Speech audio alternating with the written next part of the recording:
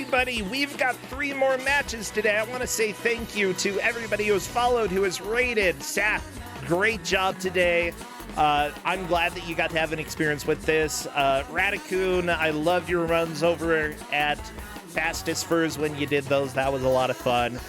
Thank you for that follow. And thank you everybody who I haven't mentioned because you are too far back in my timeline. I can't always talk about people during the games, but I am thankful for all of you anyways. Up next, we've got 3 more games. I'm going to go ahead and run a quick ad as I do a little bit of setup, and we will be right back. Feels so good.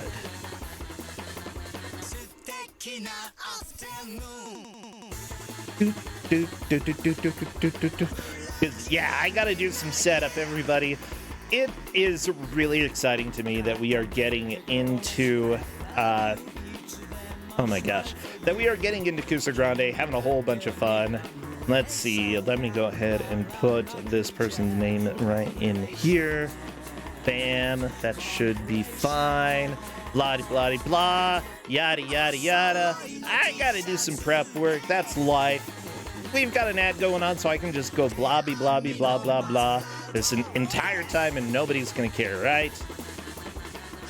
Maybe people will care, I don't know. Do you care, everybody, that I'm just blabbing to myself?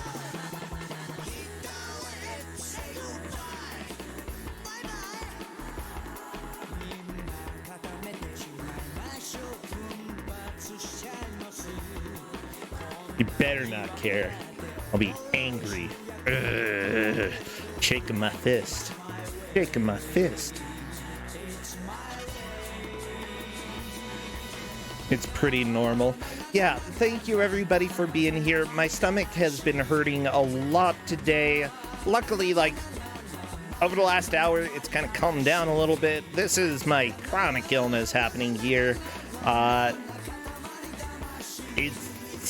But, you know, I'm just hoping that by the time GDQ happens, I can be a little bit less stressed out and not worry about it too much.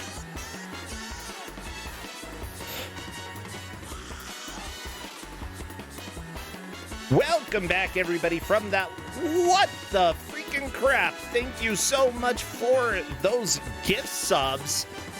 Gifting 10 subs, Anonymous. Look at the emotes. You broke my layout. Well, whatever. Crappy has a lot of stuff to say about that because we've got some game reveals coming up next. Let me make sure that everything looks good and correct.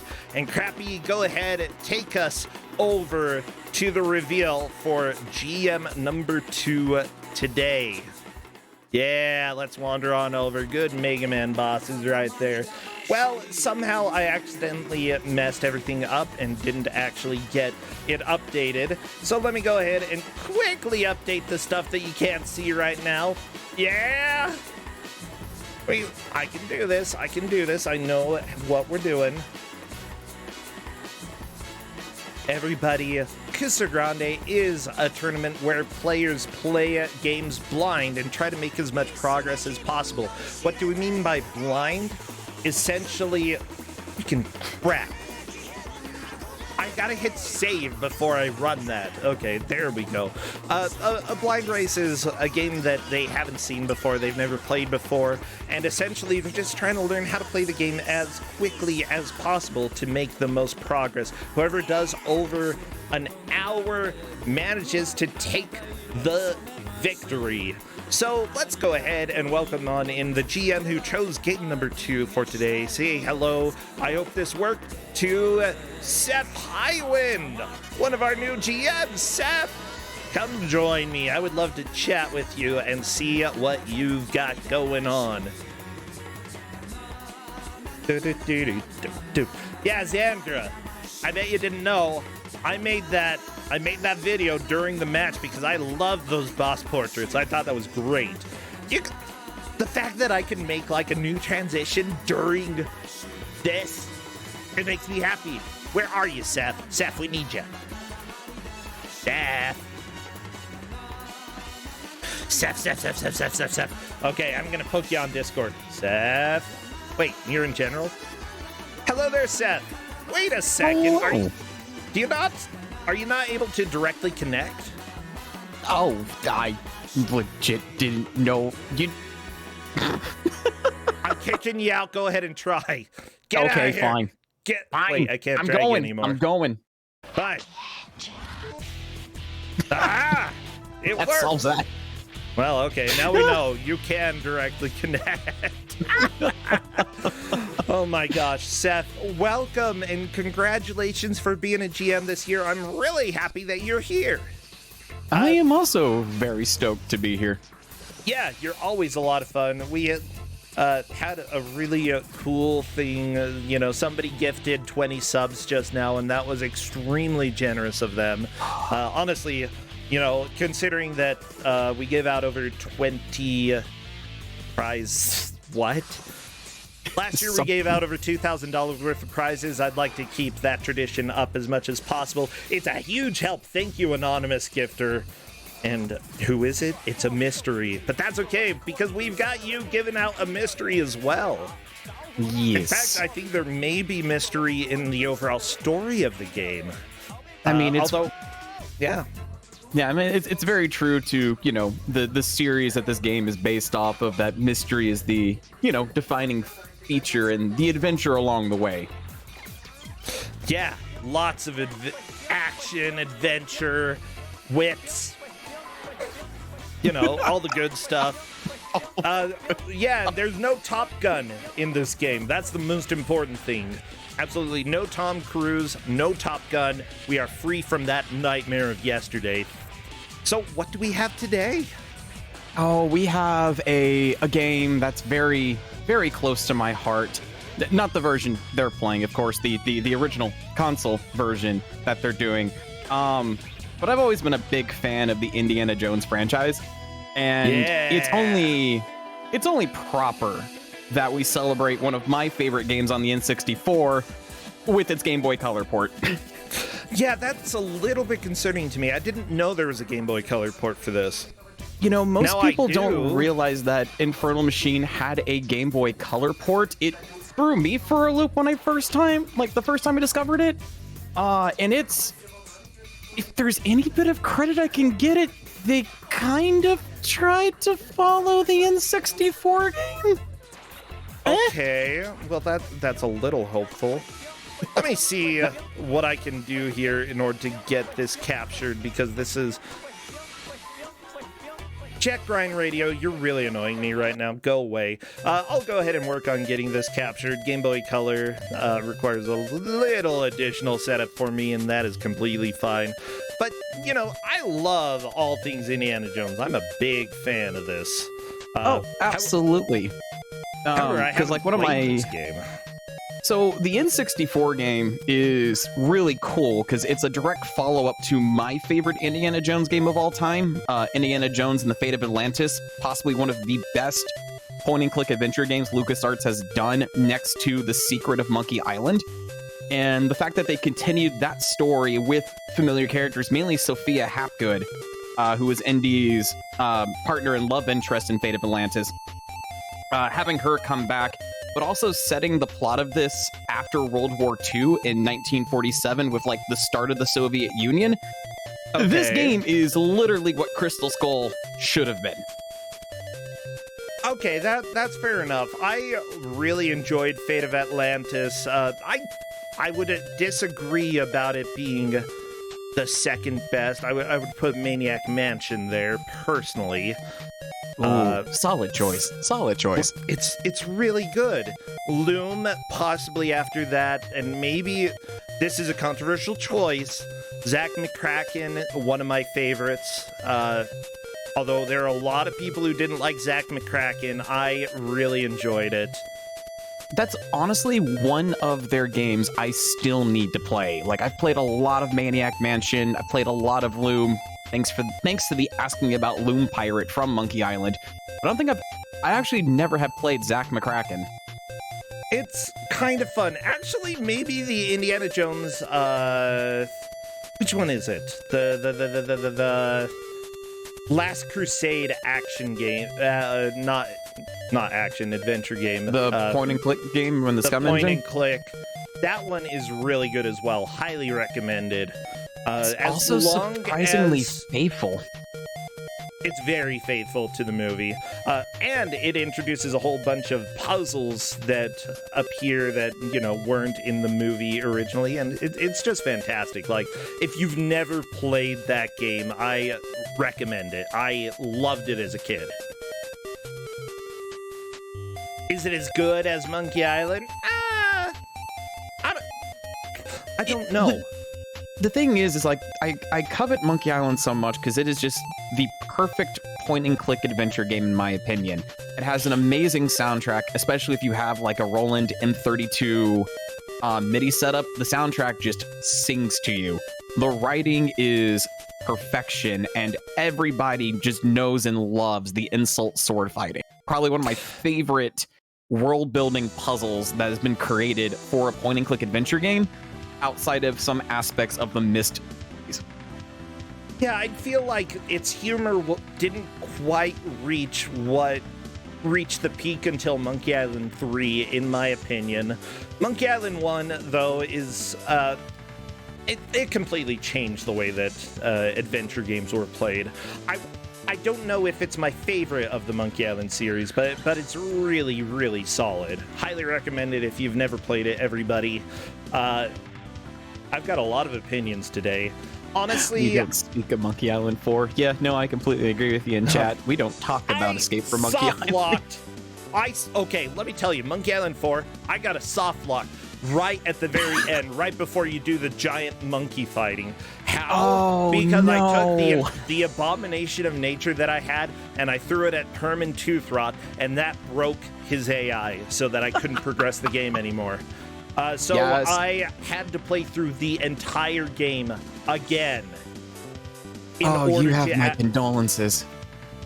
But better. Make me angry, seriously. It was so infuriating. And then, only to be presented with the giant monkey fighting, and how disappointing. Like, it was an interesting gimmick, but it was not great. No, Monkey, it was called Monkey Combat, as the spoof of Mortal Kombat, was just clunky, to say the least, and then trying to implement that into a gargantuan kaiju-style fight was just, yeah. It didn't work. No. Yeah. But yeah, I would say give The Last Crusade a shot, everybody, if you haven't tried that out. I would say that the humor's possibly even, in my opinion, better than Monkey Island 1. The only thing that kind of makes me angry about Monkey Island 1 these days, that because everybody loves the insult sword fighting, but most of the insults were written by Orson Scott Card, and I kind of hate that douchebag right now. I mean, I've got a lot of opinions about him. I mean, a lot of them were written by him, but if I remember correctly, the writing staff then took a lot of those and reworked them to fit a little bit better, because I believe Card actually wrote a lot of them with his kids, just to try to see if it would work with like a younger audience. Okay, that's kind of cute, actually. And I would say that at the time that he was writing for Monkey Island, he was still kind of a halfway decent person. But then he went full Mormon on the world. That's what I'm gonna say. What the? Oh, wait a second. I forgot to do a couple things. Okay, just a second, everybody. I'm working on it. Welcome to my life. This is the first weekend of Kusog7ande, everybody, and it can be a little bit difficult to make sure that I have everything correct. Yeah, thank you, chat, for pointing out that I messed up the thing that says do not display. Well, you know what? I have to... It breaks my layout when people don't want things displayed. Look, sometimes when it says do not display, it's just an open invitation to display something. Well, not this time. There we go. That should be right. Here we go, everybody. Your players for today in Indiana Jones and the Infernal Machine, a game that I've never played, any version of and played Fate of Atlantis, I know nothing about this machine. Why is there a machine? Why is it infernal? That is for Dr. Jones to find out and the players to discover along the way. Oh, you say Dr. Jones, and I can't help but hear the voice of the one child in the second movie, and I absolutely am not allowed to talk like that. I cannot. I am too white to do an impression of Short Round. I mean, same. But I mean, it's just too white to even say is I don't know. That Indiana Jones had a few sensitivity issues, I'll say. Just a little bit. Oh man. But yeah, no, this is the N64 game version of this was very, very heavily based off of Tomb Raider. So Infernal Machine marks the point when the games started going down the Tomb Raider route and straying away from its point and click and honestly side-scrolling action origins. Yeah. Okay, I'm doing a quick check just to make sure that I have everybody stream in the right place, that I'm not delusional. There we go. Good. I'm not delusional, and our players are almost ready, just waiting for one of our final players to ready up, and then we will be good to go.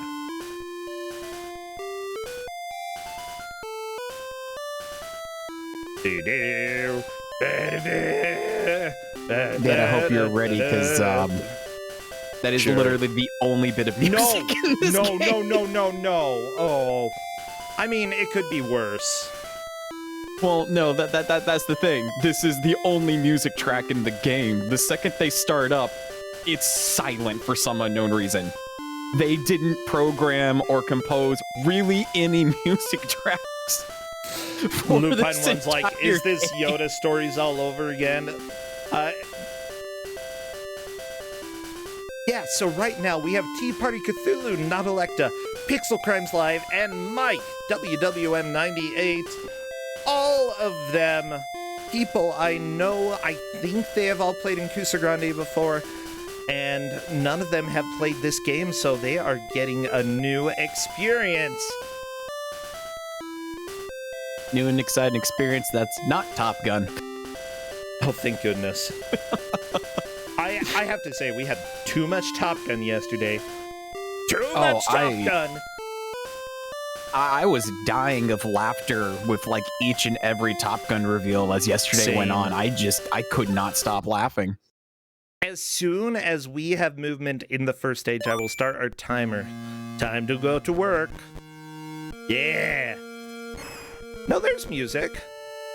It's very hit or miss where the music is going to be. Okay. It has that wasn't really music. It was kind of music. So very similar to the N64 game, it's a very silent game in terms of music. Only when important things happen is when it plays a little ditty of either forebodingness or just maybe the Indiana Jones, the opening strings of the Indiana Jones theme is the only time where the music really comes, and it's very few or far between. That's great.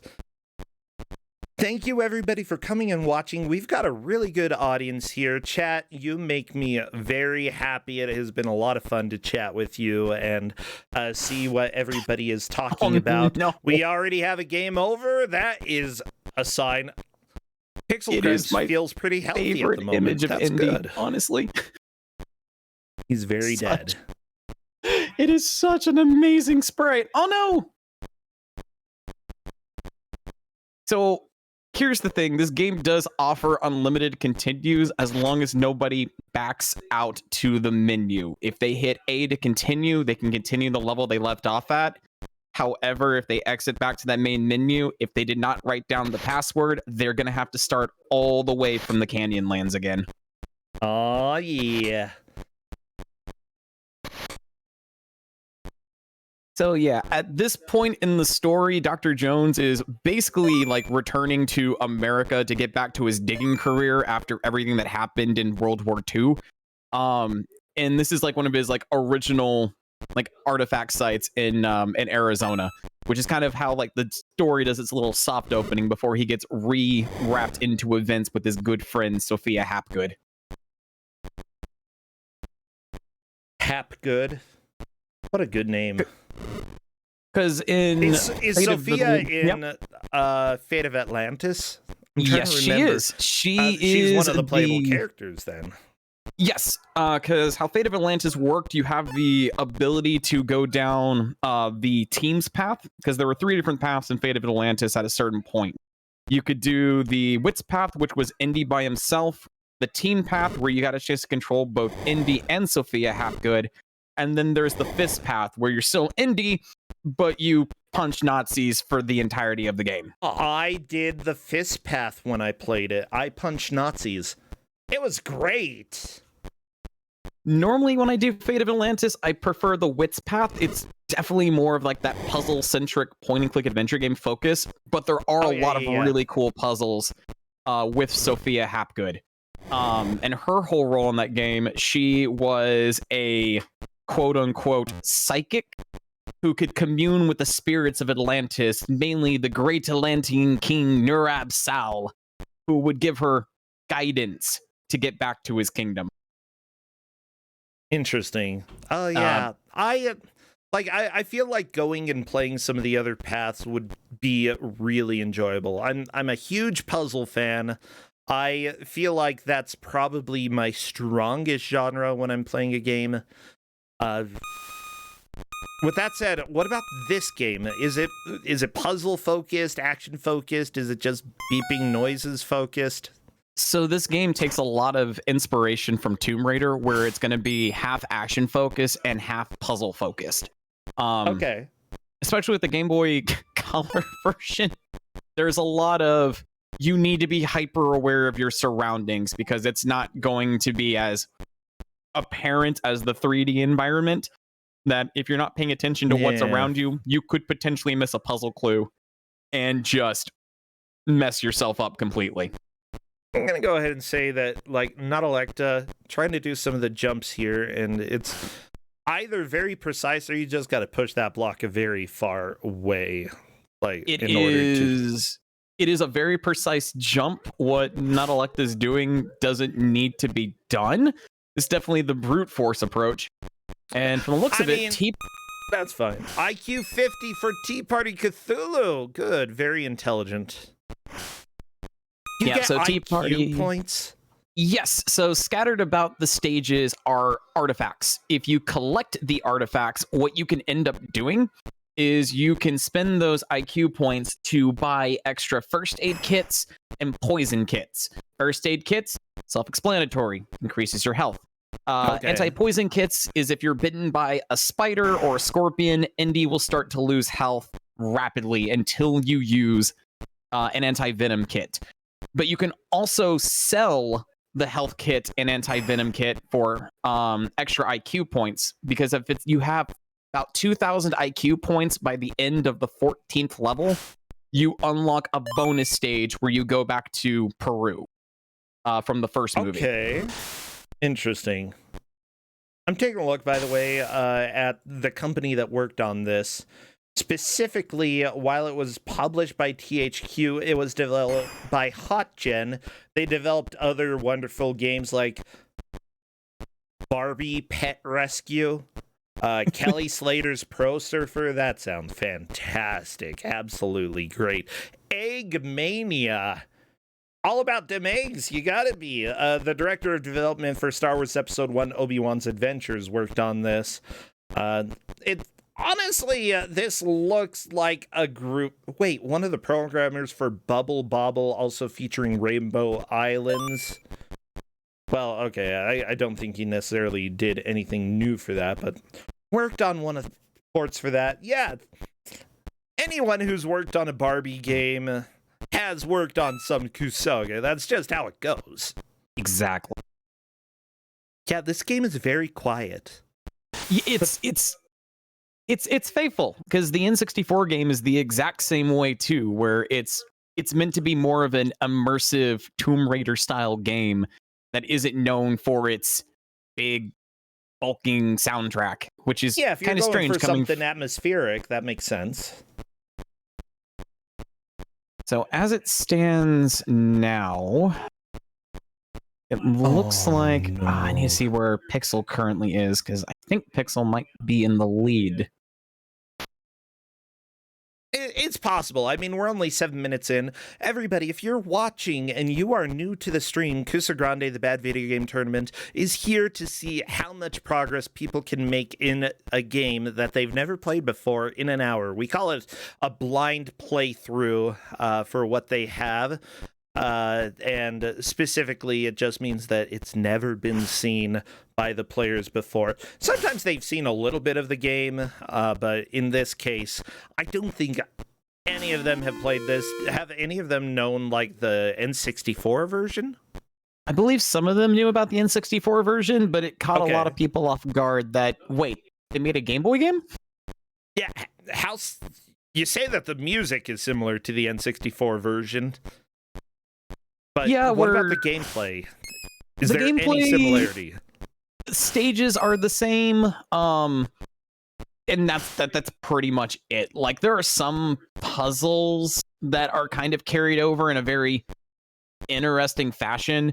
So the level they're currently in now, at the end of it, they have to put together a tablet that will kind of showcase a map where the pieces of the Infernal machine are located. But a lot of those puzzles are very few and far between, where they share similarities to the N64 version.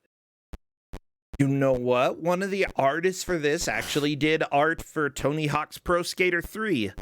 Now, of course, that was the Game Boy Color port of Tony Hawk's Pro Skater 3, but still, you know, the best one out of all those. Yeah, I mean, clearly. Yeah. What about Mortal Kombat 2? Somebody who worked on one of the ports for that worked on. It seems like this company really specialized in doing ports, and not necessarily the best ports in existence. But at the same time, I'm pretty impressed with the whip animation. The swimming animation is fairly good as well. Like, I cannot fault the art at this point, except that sometimes it's a little bit hard to see depth. So that was actually one of the positive things a lot of reviewers at the time had for this, was the art was pretty good for a Game Boy Color game, especially with that trying to capture the spirit of a 3D N64 adventure title. I mean, I will not fault that. The art is surprisingly detailed for the Game Boy Color. Yeah, I think that as well. It's like what's good is that when there's a wall, I can tell that it's a wall. When there's an enemy, they stand out from the background. Honestly, with a color palette that is this gray and brown, usually it would be very boring or kind of gross to look at, but it's not in this case. They chose some very warm browns for the cave dirt section that Not Electa is on. They got some very cold feeling stone grays and browns. That there's enough diversity even in a very kind of realistic, simplified color palette. There's enough diversity that I can see what is going on. I like the art. It's good for the Game Boy Color. So taking a look at things as they stand right now, Tea Party is definitely in first, with Mike in second, and both Not Electa and Pixel Crimes are still on the first stage. Gotcha. But I think once Not Electa is done with this jump, they will get up to third. Yep. This is where they should be meeting Sophia. Aw, yeah. I found information about the person who worked on the music for this, by the way. Specifically because it's credited to Rocket Music, and it wasn't the Rockettes who did the music for this game, no. It was a guy named Steve Rocket. Oh, okay. Yeah, he also did music for Bram Stoker's Dracula for the Super Nintendo, Aladdin on Game Boy Color, some of the Incredible Hulk games, Jelly Boy, the Page Master for Super Nintendo. Oh my god! A lot of this music is Jelly actually Boy? really good. Yeah. Dang! All right. I would say that unfortunately we don't have very much music in this game, but when it shows up, it's okay. And the title screen, Pretty good music. Not the best rendition of Indiana Jones theme that I've heard, but it's okay. It's okay. It slaps when it needs to slap. Otherwise, it's good. Yeah. Pixel Crimes, are you through the level? That sounded Pixel victorious. Crimes is now moving on to level 2. 75 IQ. That's what I love. Oh, geez. That's like the score that Elaine got on that episode of Seinfeld when George was going to take an IQ test, and Elaine's like, I've got an IQ of 140, so I'll take it for you, because Elaine thought that his girlfriend was going to think he was too dumb. Or George thought his yeah. And then Elaine... I just watched this episode recently, because I don't know. Anyways, actually, Elaine does terrible on the test because everybody kept interrupting her, and then she spilled coffee on it. I think if you spill coffee in an IQ test, they automatically deduct 10 points. Yeah, it's either that or they might even increase score. It's like, this person drinks coffee, therefore they are intelligent. That death screen along with the music. It's so good. I was looking for a screenshot of that somewhere. I need to get one of like a screenshot of that sometime. I would love to. Honestly, I wouldn't mind making that like an emote or something. It's just it's perfect. Honestly, it's good. If anybody watching wants to go and get a higher quality screenshot from me, I would love to take a look. So it seems like everyone is currently kind of finding the struggles of fighting the Soviets in man-to-man combat in this game, because the game gives you no hints or details that you're actually making contact with the enemy. It just turns into a spam fest on who can shoot who down the fastest. Well,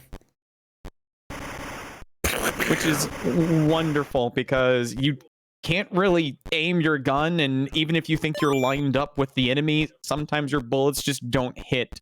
Unlike the N64 version, which had like an actual like Legend of Zelda style lock-on system.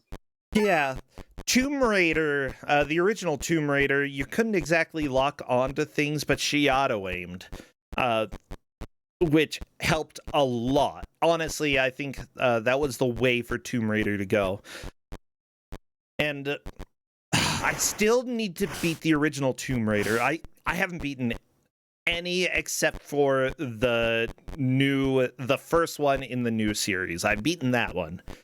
I know as far as Tomb Raider goes, I haven't touched any of the original PlayStation games. I was introduced to Tomb Raider when the second trilogy came out on like Xbox, GameCube, and PS2. Okay. I think that was like Legends Anniversary, and I can't remember the name of the third one, but I've completed all of those, as well as the first in the new trilogy of Tomb Raider. Gotcha.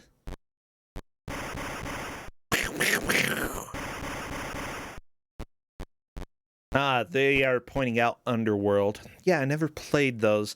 I really like the original Tomb Raider. It controls a little bit clunky, but once you get used to it, it's actually very satisfying, especially when you play well, or when you make any of the weird diving jumps, but there's nothing to grab onto, so you just fall extremely far and die after doing your dive jump. It's a lot of fun. It's good. Yes, it's great. There's something about like just the animations of Laura that are just beautiful to watch. Yeah, but seriously, like those games were revolutionary. I'd say they probably had more of an impact on 3D gaming than even Super Mario 64. I'd say that those were the games that established what a 3D action game was all about, you know. With that said, this didn't. Indiana Jones didn't. Like, is it Infernal Machine, like the proper version, clunky? Yes, it is. It was something that they were able to like evolve upon on Emperor's Tomb, as well as Staff of Kings. But by that point in time, turned into a very hit or miss series. Even as like an Indiana Jones fan, either you were a fan of the direction they were going, or you just didn't want anywhere to go near them. But the fun part about like Staff of Kings on the Wii, outside of nothing but waggle controls, it actually had Fate of Atlantis as a bonus unlockable built into the game. Yeah. Oh my gosh. People are pointing out that they miss old pulpy Lara at times. Let me just tell you, I've got this magazine here that is not an official magazine. It was made by some fans, specifically all about Lara Croft. It's possibly the creepiest magazine I have ever purchased. Like, I feel like if somebody stumbled across this magazine, it would be more awkward than them finding some adult magazine that I had stored here. It is, like, I purchased it not too long ago, okay, like maybe 5-10 years ago, because it was at a used video game store, and it was so creepy that I was like, I have to get this. So it's just one of those things, you walked in, saw the image, just like, yes, I am disturbed, but I need this in my life. Yes. Do I have it in arm's reach? Let me see. Okay, give me like 5 seconds, and I'm gonna go and grab it, okay? So as it stands right now, there's nothing too questionable in it. It just seems like somebody loved Lara way too much. It's okay. Be back in about 5 seconds.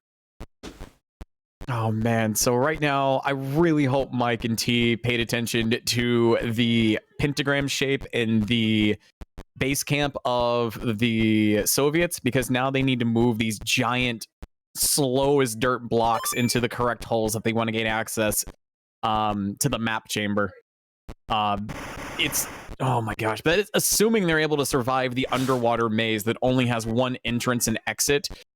You're not really able to go after the treasure and get to the exit in one go. You have to kind of determine what you want to do, because it looks like Tea Party unfortunately drowned in that underwater maze. Okay, I did find it. I think I might actually be able to find... I'll look and see if I can find a PDF. I can at least show you the cover, everybody. It's very important. I would very much like to see this cover, because the way you've described it is just, oh my gosh, I need this. Yeah, I need something in my life. Gotta have some form of happiness. Okay, here we go. Everybody on the stream will be able to see it right now. Lara's book, Lara Croft and the Tomb Raider Phenomenon. Yeah, this is... I stumbled across this, and the screen at first, it's like, okay, somebody made a Tomb Raider magazine, but then you get into some of the stranger parts inside, like the weird flow of thoughts that the writers had that make no sense. It's like a stream of consciousness. There's a whole guide section, I think, to the first Tomb Raider game, and all it is like 3-word sentences over, like, all over the place. Let me see if I can find some of the things that are written in. There's even a fan fiction that they write about, like, meeting Lara Croft. Wait, what? Yeah. Here's the guide. I'll go ahead and read it to you. Tomb of Tehokan, for example. I begin in an underwater passage, swim to the far end, and down to the switch. Surface and throw the switch. Climb the ledges, avoid the darts, throw the switch, swim to the passage. Swim down to the switch. Ride the current down the passage, pull out the block, climb the ledge, jump to the ammo, jump back again, chafe off the bad guy, roll through the trap, shoot the crocodile, find the secret, touch the pressure pads, and every sentence is in a different font and a different size, and it's like the mad ravings of somebody who is just way too Can I find... I need to see if I can find a PDF of this so that I can share this with you. Because oh my gosh. It's a fever dream and a half, and I really love it. I mean, if you can't find the PDF, that just means you could be the first to scan and preserve it for all time. Maybe. Yeah, okay. I hope not. Oh my gosh. So it looks right now, both Not and Mike are in the map room where they need to grab the 4 pieces of this, I don't know what to call it, like key in order to unlock the map. And they're already struggling right now. And I don't blame them, because this is one of the most arbitrary puzzles in the game where they just throw something at you, but they don't give you some context clue as to what you're supposed to be doing in this section. Yeah, okay, I'm gonna take some pictures with my phone and upload them so that y'all can see them. Yes. It's very... I'm sorry that, like, you're paying attention to the game. I'm currently working on getting some very odd Tomb Raider stuff over to you because you brought it up. But if we're going to be talking about strange Tomb Raider fanfic and, like, guides, then this is the perfect time to share this madness that I have. Okay. Perfect. Not Electa has discovered that they can whip onto the pegs in the wall, so they should be able to get all 4 of the pieces now. Now the real fun begins is if they can figure out they need to go back into the room 2 screens south to kind of put everything together to unlock the hidden elevator and map, which at least in the N64 title, there is a room that kind of shows like, oh, there's a hole in the wall. I wonder what needs to go here. Don't get that ability on the Game Boy Color, unfortunately. So this might be interesting. I mean, Game Boy Color is a little bit limited on what you can do. At the same time, you know, it seems like this game is fairly big for the Game Boy Color. Oh no, what happened? Oh, Mike jumped to their death. Oh. Well, I mean, death happens. Okay, let's see. And send that to me. Let's see. Okay. Got a picture. Sent it to myself. Let's open up the program so that I can download the picture on my computer. Technology, it's so frustrating.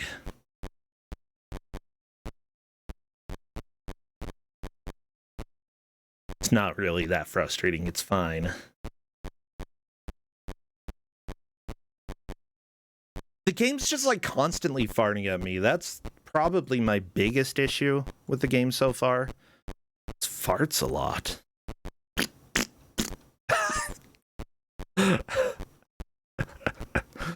Okay.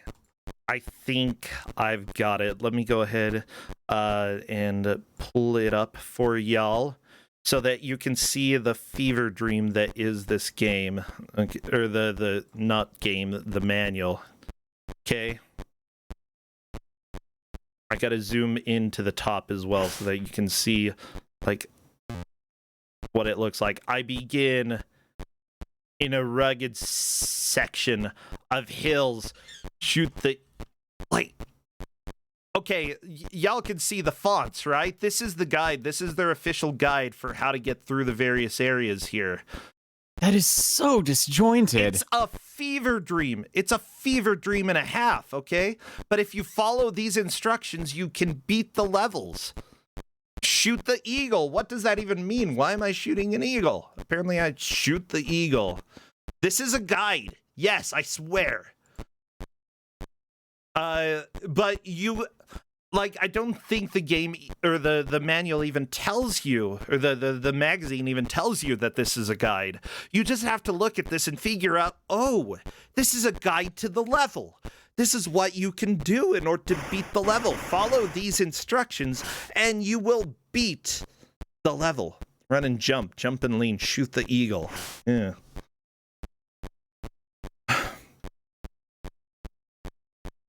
That's I don't even know what to make of that. That's, if I were to be reading that as a player, I would have no idea what is expected of me. Let me see. Like, a lot of this is just like, this is what is... If Lara Croft were real, this is what totally the type of magazine a stalker would have written, because it's weird. It is weird, okay? The weirdest magazine I have ever seen in my life. Let me go ahead and get this picture now for this specific screen, because I don't understand why anybody would do this. Like, I would totally, if somebody made a magazine like this about me, I would file a restraining order ASAP. Okay. And I'll go ahead and get this loaded up. So right now, what are the orders looking like? I know I am doing a fantastic job of paying attention to everything that's happening here. So as it stands right now, it's definitely not Electa in first, Mike in second, Tea Party in third, with Pixel Crimes in fourth. Right now, what they need to do is they need to step on the bottom switches in the room with the switch puzzle, because that's going to activate an elevator that allows them to move on to the next part. It's something that the game doesn't tell you what to do. It's hoping that the player can randomly stumble upon it. Okay. So as of now, what Nada needs to do is it's the bottom right one. They have to step on it after it's weird. Sometimes the switch activates, sometimes it doesn't, but it does indeed activate. And I've had folks who assisted me with this in terms of playtesting were able to get past this and move on to the next stage.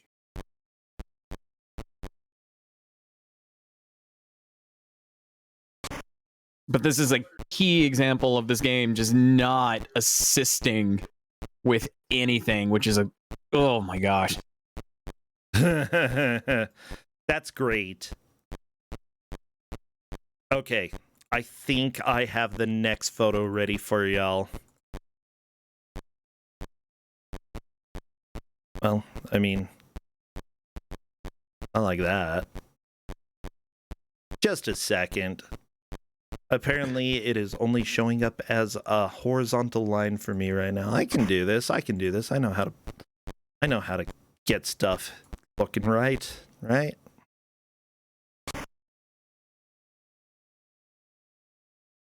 Maybe I've broken everything. I mean, things are made to be broken, so it's perfectly fine. I'm good at breaking stuff, okay? Honestly, same. Why is it 1 pixel wide?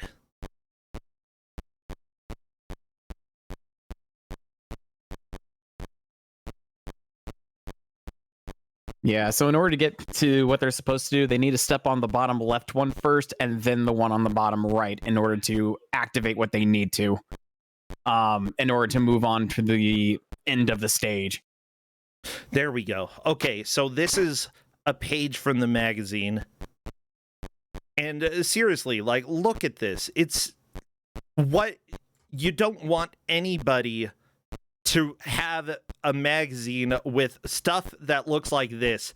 Laura never doubts my sincerity. She never doubts at all.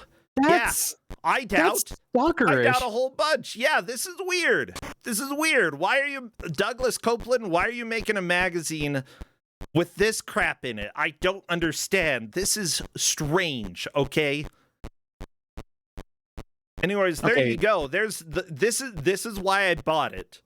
Because it is such a strange artifact. I'm going to go ahead and call this an artifact and say it belongs in a museum, because holy crap. It is weird.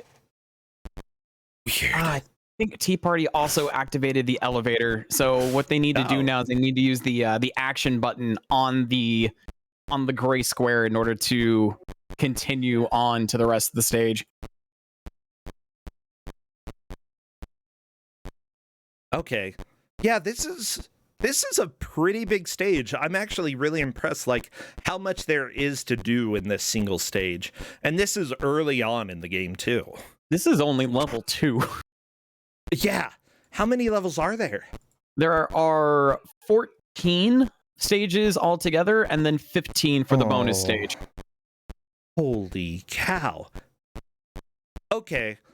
This might be something that I would like to play on my own then. Like, honestly, I can see the flaws that this game has. It definitely has flaws, but it seems like it's fairly interesting as well. Ooh, Mike is trying to jump and whip. I don't know how possible that is, though. So all Nato needs to do now is they need to go back over and step on that other switch. So they have to do the left switch first, then the right switch, and that will cause that like center tile to change gray. Once it changes gray, they're then able to use the action button, and it like starts the elevator. Oh no, did Mike just soft reset? Oh no.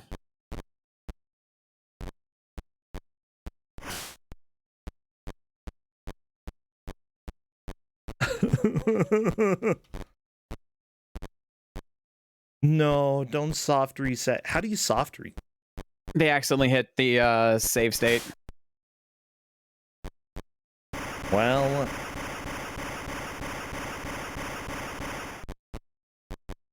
yeah, they accidentally did click a save slot. If there is a password, though, you can go ahead and enter that in. Yeah, I'm pulling one up right now for them. Yeah, I would hesitate a little bit about giving information about what they need to do or what they need to figure out. But yeah, at this point, right now, Mike does have a password and is entering it in.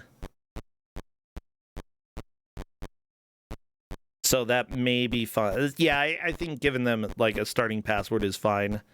If you really want, but it's also their responsibility to keep track of passwords, and Mike did have a password, so that isn't going to be the biggest loss in the world.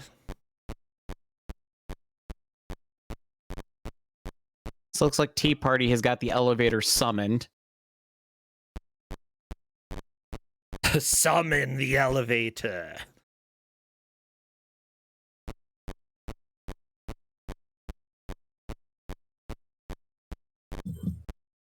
So at this point, it's very obtuse. They kind of need to stand in like the direct center of that elevator and use the action button. Like the strange, oddly glory color square is what they need to press.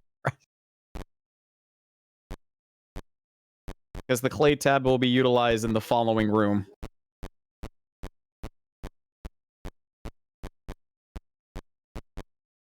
Thankfully, the rest of the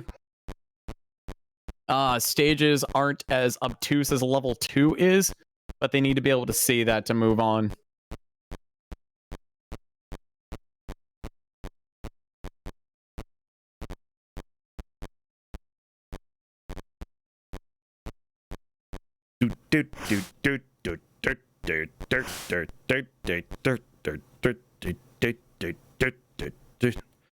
Okay.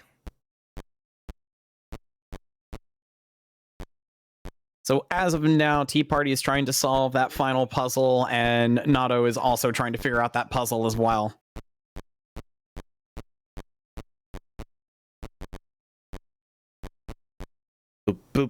And there is like the slightest click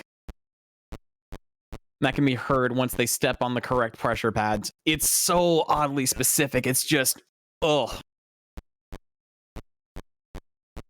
Yeah, that's a little bit annoying if you have an extremely, like, there's no video game developers out there, if you're watching this and want to take any sort of notes here, add a little leniency, okay? Don't make it pixel perfect. Even if the pixels are big, try to...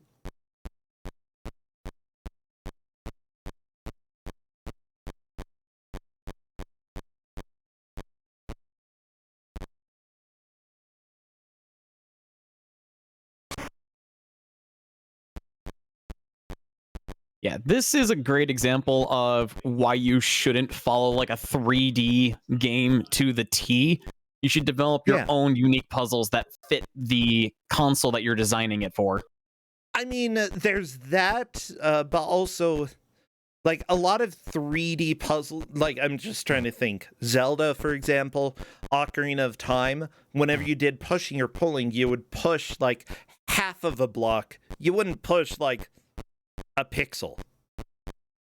I don't know exactly what a pixel length would be in Ocarina of Time, but there were set distances to push and pull, and having it be extremely precise wasn't a huge deal in the N64 type of games. And I believe that probably was the case when it came to the 3D version of the Infernal Machine as well. That, you didn't have to be extremely precise in order to get something right. Yeah, no, because with the N64 game, if you need to do any type of, like, movement, you need to... It's very cut and clear where you need to move your things to. And as soon as you move them, like, it gives a pretty clear indication. Oh, Tea Party actually discovered what to do. Very nice. Good. Yeah, Tea Party Cthulhu then has a definitive lead at this point. I'm not too surprised. They are strong when it comes to Kusog7ande as well as Mystery Tournament. I'm not too surprised that they are making some progress. Look, it's a map of the world. And Nato also just made it to the map room as well. And there we go. Tea Party Cthulhu is through that stage, on to the next. Yeah, tangible progress in a video game. It's more likely than you think. No, come on. So the nice thing is, like, Mike already has the elevator activated. Now they just need to go collect the clay tablet pieces, and then hopefully figure out to move on down that elevator, and they've also made great progress too. Yeah.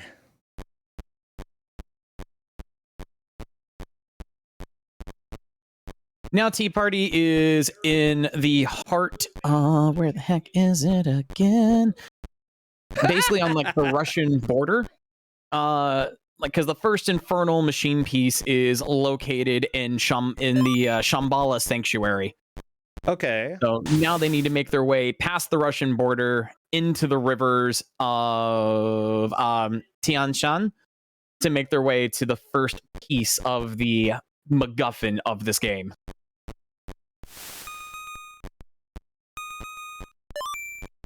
Diddly-doo. Diddly-doo. And with that...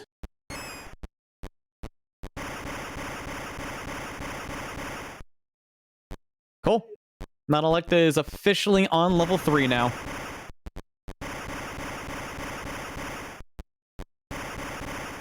Yeah, good. It's good to see everybody making a decent amount of progress. I like it. And looks like Mike figured out the elevator quickly with only 2 of the tablet pieces.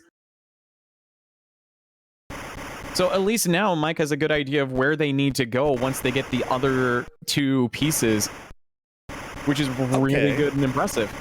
Yeah, I'd say that, restarting a level, although it can be a little bit rough, at the same time, if you're doing a puzzle game, you already have quite a bit of the knowledge of what to do. You're not getting too spoiled about what...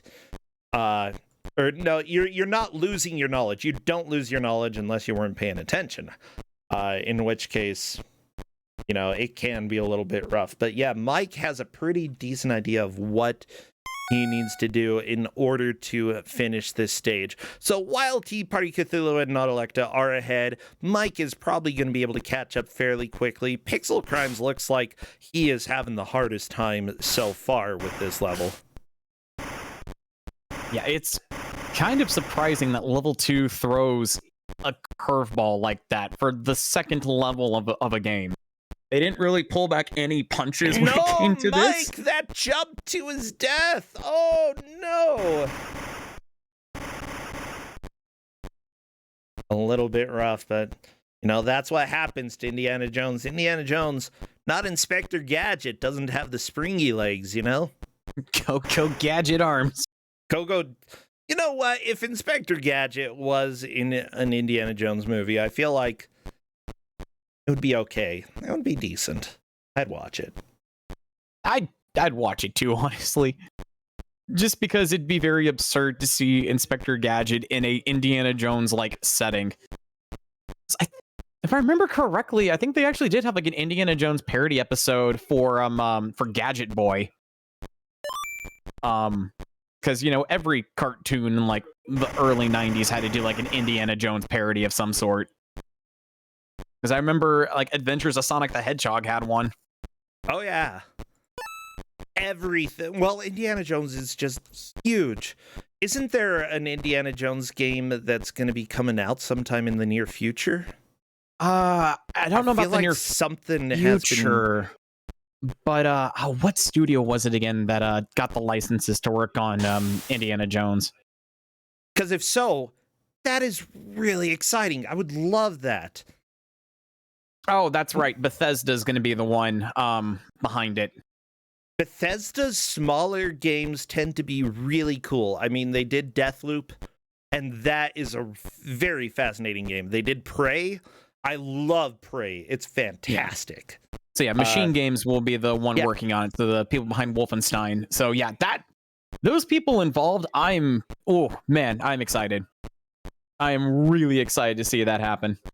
In that case, that will be really cool. I haven't played very many of the new Wolfenstein games, but I've heard fantastic things about them. I played New Order and was in love with it from beginning to end. I have not started up, was it the New Colossus or something Colossus? There's New Colossus, there was Youngblood, there was Cyber Pilot. What, Cyber Pilot? What? I don't know. That sounds like a 90s game where like everything to have like cyber in the title. I know, right? Yeah, they did Youngblood. I don't know if Youngblood was very good. Cyber Pilot was also released that year, set 20 years after the events of the New Colossus. And you're a I guess you play as a computer hacker known as Cyber Pilot. That sounds like something out of like the original, like either like Shadowrun or the Cyberpunk 2020 tabletop game. Like I could see like someone creating like a character just called Cyber Pilot. Hey, my name's Cyber Pilot. My job is to pilot cyber. That's like Jennifer Government. Seriously, what a crap. Okay, I hate the book Jennifer Government. If anybody here is a fan, then my sympathies on your taste when it comes to literature. The name's Cyber Pilot, bro. Freaking cyber, Jennifer and I do Government. pilot things. But like that makes me think of Jennifer Government because everybody in the book, their last name is the name of whatever company they work for, and Jennifer Government works for the government. I mean, that is a very cyberpunk style. Like, I like that idea, but it sounds weird when it's like, I feel like if you worked for the government, you wouldn't want to, make it a point to everybody. Like, yes, I'm a government worker. That's just setting yourself up for, like, it puts a giant target on your back. One of the main characters has the last name of Nike. Yeah, I would say that if you ever want to read extremely cheesy cyberpunk and it's your jam, Jennifer Government will probably be enjoyable for you, but oof, I did not read it at a time where I needed extremely cheesy cyberpunk. No, it's not great. Yeah. Wait, they made a Jennifer Government game? I had no idea there was a Jennifer Government game. Let me go see this. Government. It's game. Called Nation States, formerly known as Jennifer Government Nation States. That sounds about right. Multiplayer government simulation browser game. You just lost me right there. I want to fall asleep right now. Developed by Max Berry. Max Berry, you can go do something else, okay? Apparently you wrote his first book was named Syrup, okay? If you write a book and you name it Syrup, yeah, I'm already asleep. But yeah, Jennifer Government, the second book. Cool. I need to. And then Thank he you, by also the wrote way. an essay called Things Critics Do That Piss Me Off. Well, here's a thing that novelists do that piss me off. It's naming their novel Jennifer Government. Oh my goodness. I think I need to read this book now. This just sounds like the type of like wacky, insane cyberpunk that I would definitely get a kick out of. Like, I don't even remember the plot, except that everything was like super predictable. There were no surprises. It was cheesy. Everybody's name sounded crappy. Oh yeah, apparently there may have been a character named Julia Nike McDonald's. Because if you have two jobs, your last name is both of those jobs. Nike McDonald's. There we go. People who work for the government take the last name of government. Children who attend school are given the corporate sponsor's name as a surname. For example, Kate Mattel, government. Parenthesized with their parents' surname. So the sponsor of the school was Mattel, and their parents' surname was government. So there was Kate Mattel government. I'm sorry. I'm just reading like a brief like plot synopsis, at least of the beginning, where it's just John Nike, vice president of guerrilla marketing, contacts Hack Nike, a clumsy and naive low-level employee, to execute an ambitious and unethical secret marketing scheme. To increase interest in upcoming Nike Mercury shoes, he has Hack kill people who try to buy them. What? Making the shoes appear so desirable that customers are killing each other to what? Here's the deal. I think in modern day, if people are murdering over shoes, most people, like, especially if, like, there's a really high body count, people are going to stop buying those shoes. Yeah. Oh my gosh, I need to read this. I need to read this. Hack This signs the contract without reading it. When he finds out that it requires him to commit murder, he subcontracts the scheme to the police, now a mercenary organization, in an attempt to keep his job without having to take responsibility for murder. There you go. This is like this is a Seinfeld episode, okay? He's like, crap, I signed a contract and have to commit murder. Well, I'll just go ahead and let the police do it. Tickle Me. Oh my gosh. If somebody's last name was Tickle Me Elmo, it would suddenly be a fantastic book. 3 Hams, thank you for bringing that up. Yeah. No, anyways, after several children are murdered at various Nike stores on opening day, there you go. I remember that part. Yeah. I'm in Jennifer love. Government has to figure out what happened. I am completely in love. This is, gosh, I didn't know I needed this in my life, but now I do. It's so cheesy. And I got it as a gift from somebody. I think we had some weird book exchange on a website, and I got that sent to me. I read it. I thought it was terrible. I'm really glad that somebody sent it to me. And then I saw somebody walking around, like, and they, on campus, I can't remember exactly what happened, but, like, I brought up, somehow Jennifer Government got brought up, and they're like, oh yeah, I read that. It was such a deep book. And I'm like, okay, tell me more about how deep it was. I want to hear your opinions about this.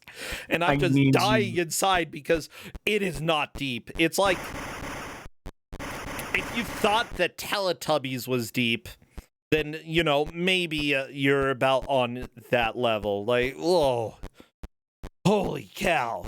So, as it turns out, Mike may be close to solving the puzzle. Looks like Mike is going to solve the puzzle and finish off the stage. As it stands right now, Tea Party is still in first because they were able to make it to the final screen of the border level with Not Elect in second, Mike in third, Pixel Crimes last. What they need to do now is they need to find an inflatable raft to safely board and cross the river.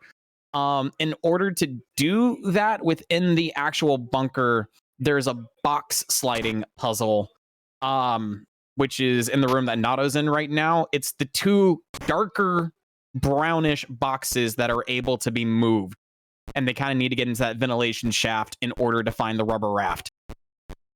Okay, good.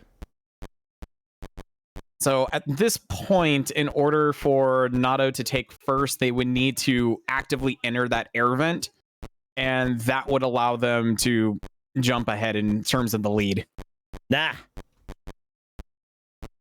Oh my gosh, unfortunately, I think if I you smell try food to... downstairs. It smells really good. Oh, I'm sorry, I'm hungry. So good right now.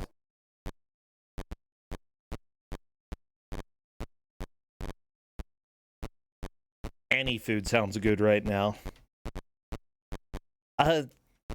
Yeah, I'm glad that Mike has made some progress. We see snow. As soon as there's snow, you know that Mike is moving on. This is good. I still think that Not Elected and Tea Party Cthulhu, being on the same screen, has any of them made a little bit more progress than the other? Are they basically tied? No, Tea Party Cthulhu!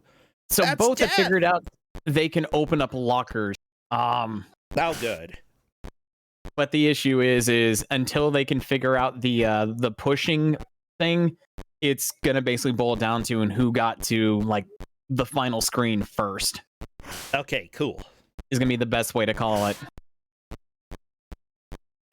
Well, Indiana mansion here, not mansion, belongs in a museum. Indiana Museum. Would his last name be Museum? Would it be the name of the university? If Honestly, he were in Jennifer Government? If he were in Jennifer Government, it would absolutely be the university he works for. Okay, what university does Indiana Jones teach at? That didn't take... Marshall College. Indiana Marshall College. There we go. Indiana Marshall College, which actually does any... Okay. I mean, he's a professor. We don't really see him teach much, but he definitely is one. Yeah, but you don't call yourself by your title. You call yourself by your... whoever owns you, the company. Yeah, and that would be Marshall College. Absolutely. But then he switches to Princeton University and then switches back to Marshall College. Whatever. He's Marshall College. Indiana Marshall College. When did he teach at Princeton? Oh, wow. That's one way to get up there. What happened? Who was it? Figured out you can jump on top of the locker and then jump on top of Wow, that's not the intended way, but he just needs to get into the ventilation shaft.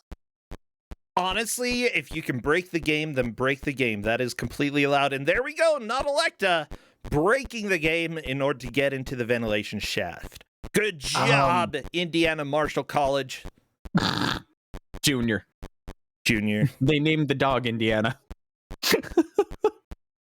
I feel like if he were in Jennifer Government, they would remove the need for Junior because as soon as you are done going through elementary school and you start working for a company, you lose all connection to your parents, name-wise.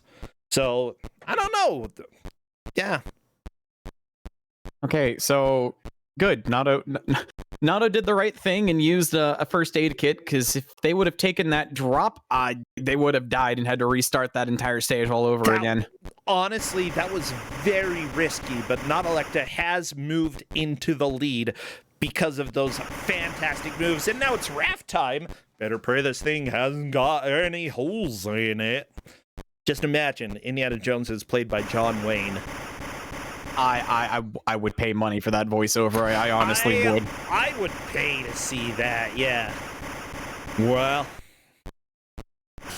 better not bring a sword to a knight to a gunfight. My brain's not working today. I just can't think right. It's kind of expected. I think it's working just fine. I'm all over the place. I don't know what I'm thinking anymore. Oh, here we go. Not electa rafting. Woo! So I will give this game credit. Unlike the N64 and PC game, where once you get into an inflatable raft, if you touch any rock, it busts a hole in it. And if you don't have a patch kit, then you just fall into the raging river and you die instantly. But what Nato needs to do now is navigate this river maze to find the entrance of the Shambhala Sanctuary. And this river loops on itself. Even though it's like a 3-screened river, if you take the wrong path, there is no set way. You have to know the exact movements of the river, what junctions to take, at what time in order to find the entrance to the next stage. While that's not how rivers work, I would say that Final Fantasy VI had a looping river, and because of that, I can go ahead and forgive this game a little bit. You know? Oh my god. I mean, to be fair, that was the best way to level up before the first Ultros fight. What, just go on the loop and then tape the button down and turn the TV off, and, you know, a day later, when you're at level 99, you know, you can just go ahead and keep you're playing. At level 99, you continue the story, and then go, oh right, the rest of my characters are still like level 10. Why does Terra know this spell called, what's Ultima? What is this? Yeah, she'll learn it. She'll learn it. If you just level her up, she'll get it. Because she's kind of cool like that. I am still shocked that Nato was able to jump on the locker and then jump on top of the. It's a very impressive move. That's.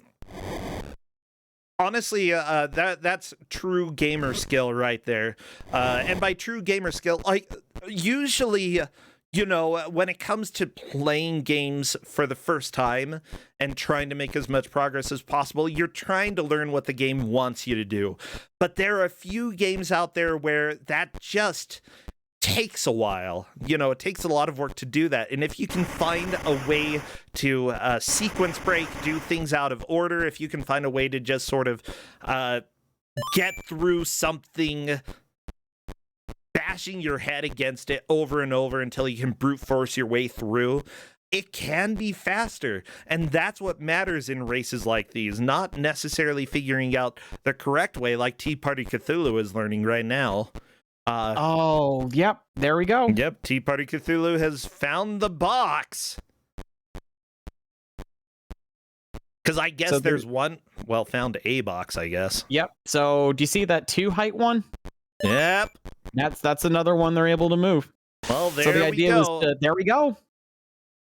And sometimes just brute forcing is going to pay off, and it did for Not Electa. I love when we get something that exciting and that, like, surprising, even to you. You know, you didn't know of the possibility of being able to make that jump. No, Not I Electa just figured it out. Proto Man, why are you showing up? Proto Man, we talked about you during the last game, not this game. Well, okay. This is Kentucky's state anthem now, and Not Electa has taken the victory in Indiana Jones and the Infernal Machine for Game Boy Color. Congratulations, Not Electa. Tea Party Cthulhu in a very solid second, Mike in third, and Pixel Crimes drowning a little bit, but what can you say? That was a fantastic effort, taking 4th place there. Honestly, you know, it's strange how difficult games like this can be. And, you know, usually people in Kusog7ande get the standard platformer wide a bit, but having a top-down puzzle platformer, it's a little bit unexpected, and you never know how people are going to do. Let me go ahead and invite Not Electa to come and chat if they would like. Yeah, how do you feel that the players did? I think they did pretty well because, honestly, when I was doing my testing, the same pitfall they ran into in Babylon was the same pitfall I ran into until I just brute forced and discovered the elevator. And then at that point, it was like smooth sailing right on up to the Tinshin River, which is where I got stuck when I did like an initial hour's worth of playing. Yeah, Nautilekta, you're here. Seriously, congratulations, you made it to the Raft River. Which, honestly, you completed that little box jumping section not the correct way, but in a way that worked out for you. And that gave you the victory. Can you guys hear me? What's that? Yeah, I can hear you now. Okay. I can hear you now. I couldn't hear you before. I'm sorry. That's okay. Seriously, though, congratulations. You brute forced your way through a section not doing the puzzle. And because of that, you took the victory. Can I ask how I was supposed to do that? Drag boxes. The brown boxes, like the darker brown boxes, are meant to be pushed and formed into a staircase, with the 2 high being against the one next to the vent and then the 1 high next to that one. Oh, I actually meant the other puzzle. Oh, the elevator puzzle? Yes. I don't know. So that one, you're supposed to hit the bottom left switch first and then the bottom right switch second. Okay. But I couldn't really figure it out, so I was just like running back and forth between the switches, and eventually it just triggered, and I was like, okay, that worked. Honestly, I did the exact same thing, because there's nothing in the game that gives you that hint, unlike the pentagram puzzle, where it flat out tells you these are the 2 things you need in order to progress. And then on the boxes, I thought I tried, because I know I tried to move some of them. I thought I tried to move the dark ones. I must not have. I mean, I figured out the way to get to it. I'm not surprised that's not the way you're supposed to do it. I thought it felt weird. I was like, why would they? Why? This is a really weird. It was a very precise jump that you got, but it ended up working out, and I think that every once in a while you see a move in one of these matches that just surprises you. It surprised all of us, the move that you made in order to get over there. And it's because of that big gamer move that, I'm calling it that, whatever. It's because of that you took the victory. So seriously, feel proud about how you did. You did fantastic.